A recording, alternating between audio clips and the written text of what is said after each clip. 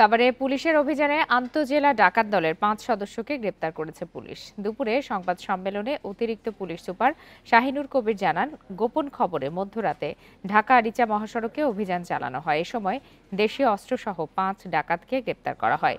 জব্দ করা হয় ডাকাতির কাজে ব্যবহৃত একটি পিকআপ। এছাড়া সাভারের আনন্দপুরে অন্য একটি অভিযানে ৭ লাখ টাকাসহ চোর চক্রের এক সদস্যকে গ্রেপ্তার করা হয়েছে।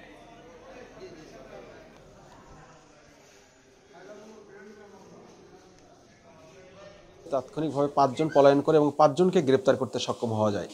এবং যে ৫ জনকে গ্রেপ্তার করা হয় তারা আন্তঃজেলা ডাকাত দলের সর্দার।